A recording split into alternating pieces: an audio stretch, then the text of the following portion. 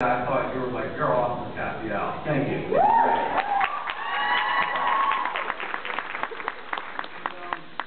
question I had was, in Supernatural, you have some of the best entrances ever. Your entrance to Matt Rising is totally off the hook.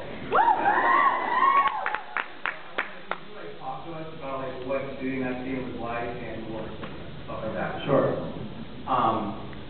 Yeah, honestly, I think I probably wouldn't be here if it weren't for the fact that, my character was introduced in such a cool way. It's sort of like, there was no way to watch that. I mean, that could have been played by anyone, and everyone would be like, that guy's cool.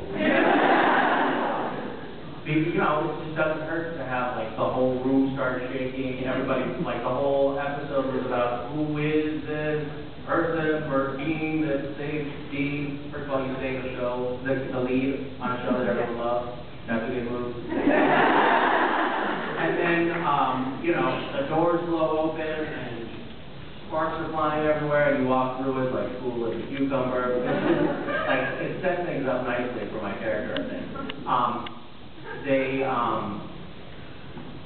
There was showers of sparks coming from the lights where the light bulbs were supposed to be exploding, and they were like, yeah, you can cool. Spritz my hair a little bit just in case, catches fire.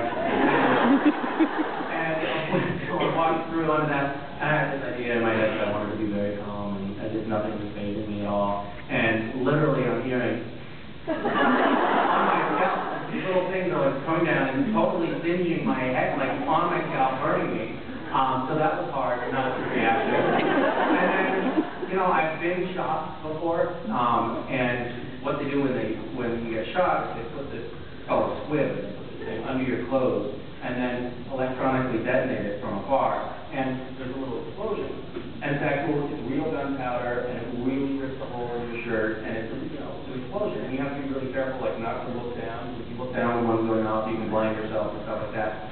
And I've done it before, totally forgot how freaking scary it is. So, and you can't do a lot, you have to change all your clothes, you have to rewire it. It actually takes about half an hour, 40 minutes to get wired just to do a squib, so you don't want to screw it up when they're actually rolling the camera. And so, all right, when we come, head is burning, squibs go off, and it was all I could do when the first one went off, not to just jump back. It was so loud, and it was this thing, you feel it. But that was, that was cool. And then you go in and Dean stabs me, right? But he didn't stab me actually. Believe it or not.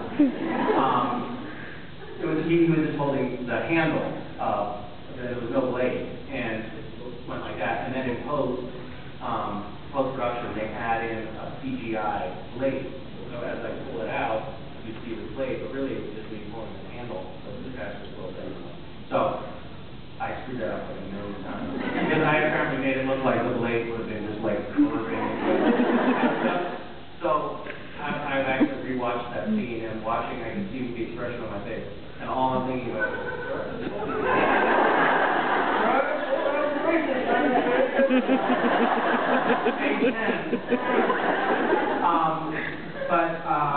but yeah, it was cool. And actually, something went wrong. I don't know exactly. There was some technical problem with what we shot the first day of shooting that, and so we had to start all over and shoot again. And I'm so glad we did, because I kind of had, by the next day, I was like, oh, I should have done things differently, and I had a chance to do things differently on that.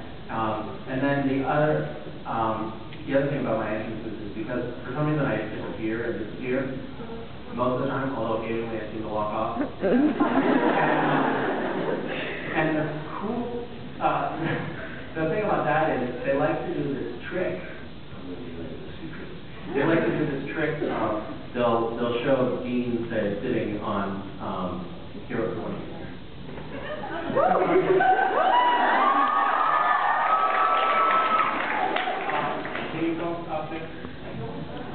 An audience participation shot.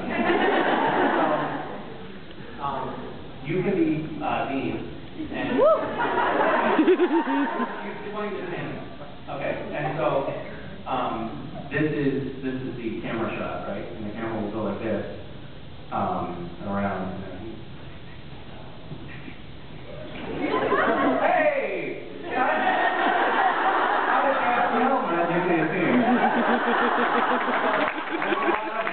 me hiding behind something, and then acting like I've been standing there for a little while. That's the magic of the movies, I guess. So, that's it.